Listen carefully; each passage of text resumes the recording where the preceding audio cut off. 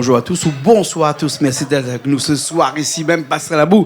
Une émission zigzag, comme vous le savez, comme d'habitude, consacrée à la culture de la Réunion, mais aussi des cultures de l'océan Indien. Aujourd'hui, je pense qu'on va aller un petit peu au-delà de la culture réunionnaise, de la culture de l'océan Indien. On va traverser les océans, on va aller presque à la limite de l'autre côté du globe. Mais c'est pour ça que j'ai avec moi Nathalie Mézéa qui est avec moi. Comment ça va? Bonsoir, ça va bien, merci. Bonsoir. Tu n'es pas tout seul, il y a avec nous aussi quelqu'un. Bonsoir, donc Patrick Mézéa, voilà, le couple. Et on va parler de ton livre, Nathalie, si tu veux bien. Oui. Un livre qui s'appelle « Quitter la Réunion pour le Canada ». Oui, merci Richard qui nous fait un gros plan sur ce livre. Il est costaud ce livre-là, il fait 2,5 cm d'épaisseur. Moi, je calcule le livre en épaisseur par centimètre, parce que tu as beaucoup de choses à dire là-dessus.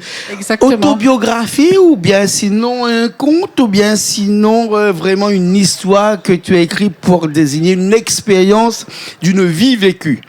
Alors, c'est une autofiction. Donc, tout ce qui est dit sur le Québec est vrai. Et puis, c'est romancé, mais il n'est pas autobiographique. Tu parles du Québec, mais les gens ne connaissent pas que la capitale du Québec, du Canada, c'est le Québec. La capitale du Canada, c'est Ottawa. Ottawa. Et le Québec, c'est une province. Une province. Mais pourquoi? Parce qu'il y a beaucoup plus de Français qui sont allés s'installer là-bas au Québec. Parce qu'on y parle le français. Le français. Voilà, exactement. Parce que le Canada est grand, ça, comme pays. C'est un pays qui est immense, qui est plus grand que la France. Qui fait 7 fois la France. 7 fois la France. Exactement. Et comment ça se fait qu'il y a un petit endroit à l'intérieur qu'on appelle le Québec et qui parle français comme ça? Parce que c'est un pays, une province qui a été, qui a été annexée par la France à un moment donné, avant d'être cédée aux Britanniques. Donc, c'est pour ça qu'on y parle le français et qu'on défend la langue française au Québec. Voilà. Patrick aussi, tu es avec nous aussi. Patrick, toi, tu as vécu un petit peu là-bas au Canada. On y est parti 4 ans. 4 ans. 4 années, on est parti. Tu as fait comme notre chanteuse préférée, là. Tu as pris un peu l'accent aussi, là. Tabarnak, non, pas en tout, mais on le perd rapidement, mais on le gagne facilement aussi.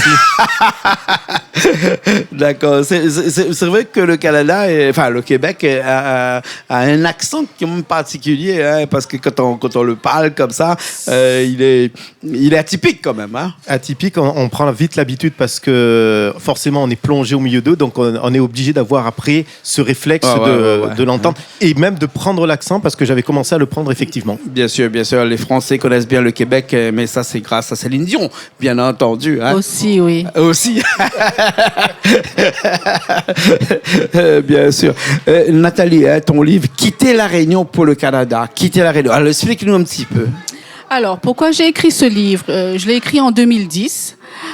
Parce que quand on y était, pendant plusieurs mois, voire même plusieurs années, on n'arrêtait pas de me poser la question, c'est comment le Québec, qu'est-ce qu'on y fait, qu'est-ce qu'on y trouve, comment on y vit. Et puis, nos amis québécois nous demandaient aussi qu'est-ce qu'on pensait de leur province.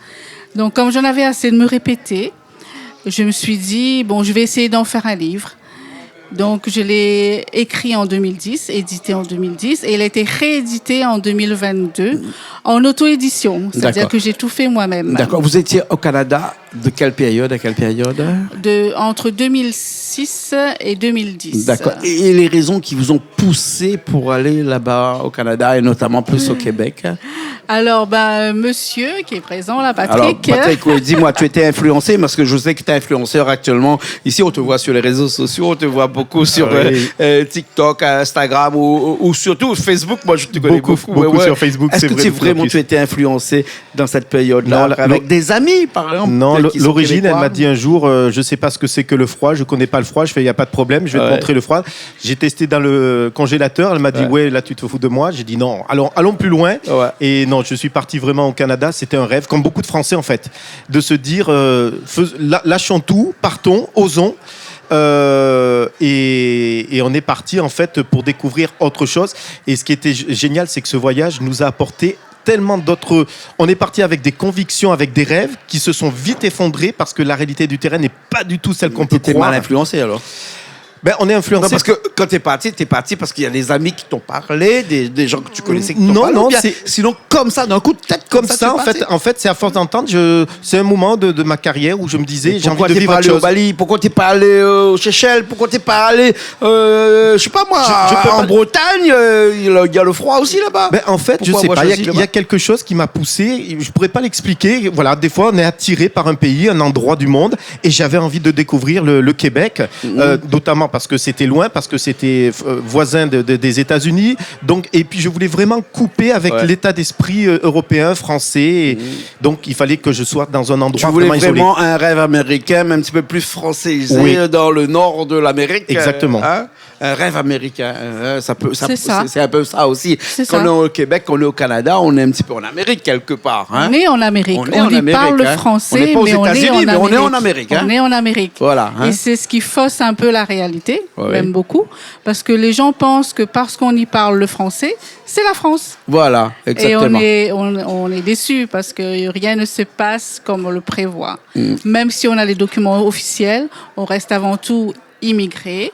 Et on doit s'adapter au pays. Oui, parce que le Québec n'est pas français. Exactement. C'est pas avec un passeport français qu'on vient s'installer au Québec et on dit qu'on est français là-bas. Donc, le Québec, le Canada est un pays à part entière. C'est ça. Les démarches pour émigrer sont longues et fastidieuses. C'est cher aussi. Et puis, quand on arrive là-bas, il faut montrer patte blanche. Et s'adapter au pays. Et puis, nos repères sont cassés, il faut le dire. Ce n'est pas la France, mais on s'en crée d'autres. Est-ce que c'est le pays de toutes les possibilités? Moi, je dirais que oui. Parce qu'à partir du moment où on s'est intégré, toutes les portes sont ouvertes.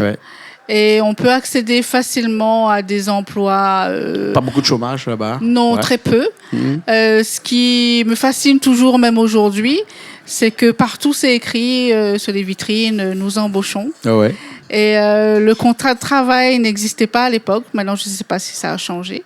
Et on peut changer d'emploi du jour au lendemain si ça ne nous plaît pas. Donc, il y a une certaine mobilité qu'il n'y a pas en France. La législation du travail est complètement différente de la législation française. Donc, c'est pour ça que c'est un pays de toutes les possibilités. Exactement. Bien entendu. Et puis, on peut y travailler dans les pays du Commonwealth aussi, une fois qu'on a la citoyenneté canadienne. Après, ça, c'est mon point de vue. Celui de Patrick, je ne sais pas. Mais c'est un pays de toutes les possibilités. Patrick, toi, tu t'es adapté facilement là-bas, toi.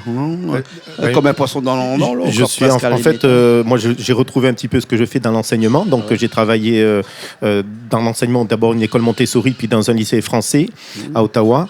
Mais je suis parti avec des convictions, vraiment, en me disant, effectivement, c'est l'Eldorado. C'est le fameux rêve américain à la française, puisqu'il parlait français. Et comme je disais, j'ai assez vite déchanté en l'espace d'1 ou 2 mois. C'était très rapide. On déchante vite parce qu'en fait, la vision que l'on nous donne, que l'on nous vend de l'extérieur pour faire venir les gens, parce qu'ils ont besoin de français notamment, n'est plus la même une fois qu'on est sur place. Et donc là, on voit vraiment l'envers du décor. Et là, il faut s'adapter. Donc, on doit chercher des ressources. C'est ça qui nous a plu d'ailleurs dans ce voyage un peu initiatique de 4 années. On est allé chercher des ressources que l'on ne connaissait pas en nous.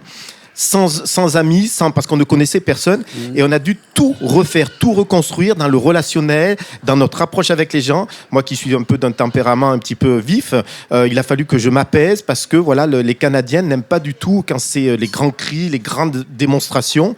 Et donc ça a été une expérience très très riche. Bien sûr, bien sûr. Et toutes ces expériences-là, tu m'as dit tout à l'heure, c'est pas une autobiographie. Pas du tout. Mais c'est une expérience vécue. C'est inspiré d'une expérience vécue. C'est écrit sous forme d'anecdotes, comme ça les gens peuvent choisir en fonction des thématiques qu'ils ont besoin, que ce soit pour le permis de conduire, que ce soit pour les documents administratifs, etc. etc. Donc c'est écrit sous forme de récit, mais ce n'est pas autobiographique, mais c'est inspiré. Et chaque anecdote raconte un événement précis qui permet de voir la progression du couple qui s'installent au Québec. D'accord. Et je vais lire un petit passage qui n'est pas une autobiographie, donc ça ne te concerne pas, Patrick. Hein. C'est juste une illusion d'écriture. Pendant ces jours de vacances, mon mari a eu le temps de s'occuper de la préparation de sa démission. Hein. Il donna son curriculum vitae aux différentes commissions scolaires du secteur. Tous lui ont répondu qu'elle allait recruter des professeurs au mois de janvier. Il était soulagé et rassuré de savoir qu'il allait poser un poste sans difficulté. L'année 2007 s'annonçait de bon augure, comparé à 2006, où nous avons dû surmonter des épreuves difficiles, mais aussi enrichantes, car Michel et moi, c'était pas Patrick, non? Oui, nous sommes devenus tous plus patients, plus optimistes et plus forts qu'auparavant. Et tous les deux, nous sommes arrivés au constat suivant. Le matériel aide dans la vie de tous les jours, mais ne fait pas tout. Hein, voilà, ça, c'est des petits écrits qu'on peut lire là-dedans, dans ce livre-là. On parle de résilience. Voilà, on parle de résilience et on parle de... On parle pas de vous parce que tu as mis des noms comme ça qui n'est pas vous. Hein. Non, tu t'appelles pas Michel, là, Non, pas ma connaissance. Non, je crois pas. Non. Donc, pas autobiographique, alors. Hein. Oui, donc, du coup, la vie dans ces pays-là n'est pas vraiment tout ce qu'on peut vendre quand on est vous êtes à quoi, 22 000 kilomètres de la Réunion quand même. Vous êtes à l'autre bout du monde. Vous êtes on tourne le globe à 90 degrés et puis vous êtes de l'autre côté. Voilà. On creuse, vous creusez, vous arrivez là-bas. En gros, c'est ça. Ouais. C'est ça. On nous vend beaucoup de rêves. Le Québec n'est pas un Eldorado, même si c'est un très beau pays. C'est un pays qui a une pénurie de main-d'œuvre. Ouais. Le pays se dépeuple, donc ils ont besoin de main-d'œuvre. Ils font appel aux gens diplômés, aux étudiants diplômés. Ils les courtisent pour qu'ils viennent travailler chez eux. Mmh. Donc voilà, ce n'est pas ce qu'on nous vend. On peut y trouver des choses très bien, très positives, très passionnantes. C'est un beau pays, je le rappelle. Mais ce n'est pas un Eldorado. Il faut faire attention. Il faut bien préparer son voyage, bien préparer son départ quand on va faire des études. Et puis peut-être aller faire un petit tour en vacances, je sais quoi, 2 fois, avant de pouvoir. Il faut prospecter, voilà. Prospecter. Hein. Voilà, les diplômes ne sont pas reconnus, donc il faut consulter les ordres aussi. Mm-hmm. Il y a plein de démarches à faire avant. Ouais, exactement. Et si vous voulez être pilote d'avion un jour, vous pouvez aussi aller là-bas parce qu'il y a des grandes écoles de pilote d'avion. Moi qui suis pilote d'avion depuis des années, hein, j'ai été une fois, j'ai eu envie une fois d'aller faire ma licence là-bas. Après, je suis resté en France. Mais il y a beaucoup de possibilités. Exactement. C'est pour ça qu'on dit que le Canada, c'est le pays de toutes les possibilités. Voilà, quitter la Réunion pour le Canada. Nathalie Mézère, qu'on peut retrouver. Où ça, ton livre? Voilà. Où est-ce qu'on peut retrouver ça? On peut le retrouver lorsque je fais les différents salons, les séances de dédicaces. Pour cela, il faut me suivre sur ma page Facebook. Et puis, on peut me contacter aussi si on veut la voir. Ouais. Voilà, toutes mes actualités sont sur ma page Facebook, Nathalie Mézère. D'accord, en tout cas, merci beaucoup. Hein? Merci à vous. Qui étiez avec nous, merci beaucoup. Toi merci aussi. Canal Juste Austral. une question, juste avant qu'on finisse cette émission. Est-ce que vraiment les arbres, ils ont une couleur surnaturelle là-bas? Je dirais pas surnaturel, mais de très belles couleurs en automne. Alors, voilà. et juste pour préciser, la petite précision, et ça reflète bien un peu en fait le voyage et l'imagination que l'on a du Québec. Ces grandes forêts de couleurs, oui, effectivement, elles sont là, c'est magnifique. En l'espace d'une semaine, 15 jours grand maximum, avec un coup de vent, c'est terminé, tout est par terre. Donc, il faut en profiter très vite. Ouais. En 10 jours, 12 jours, c'est terminé. Bien Souvent, ça tombe par terre. Ça dépend dans quelle province on est. Hein. Ça dépend aussi. Mais Nathalie, on sait bien que le sirop d'érable, lui, même avec le tord, il reste la même. Ah oui, la fameuse tire d'érable. Magnifique. Délicieux. Hein? Délicieux. On va se quitter là-dessus. C'est une note sucrée. D'accord? Ok. Merci beaucoup. Merci beaucoup. Hein? Merci à vous. Quitter la Réunion pour le Canada, hein, avec Nathalie Mézère qui était avec nous, avec Patrick aussi qui était avec nous. On se retrouve la semaine prochaine dans une nouvelle émission culturelle Canal Austral, bien entendu, Zigzag, comme le titre de cette émission. Merci à Richard qui était à la technique aujourd'hui avec nous. Nous, on se retrouve la semaine prochaine, comme d'habitude, bien sûr. Allez, à bientôt. Hey!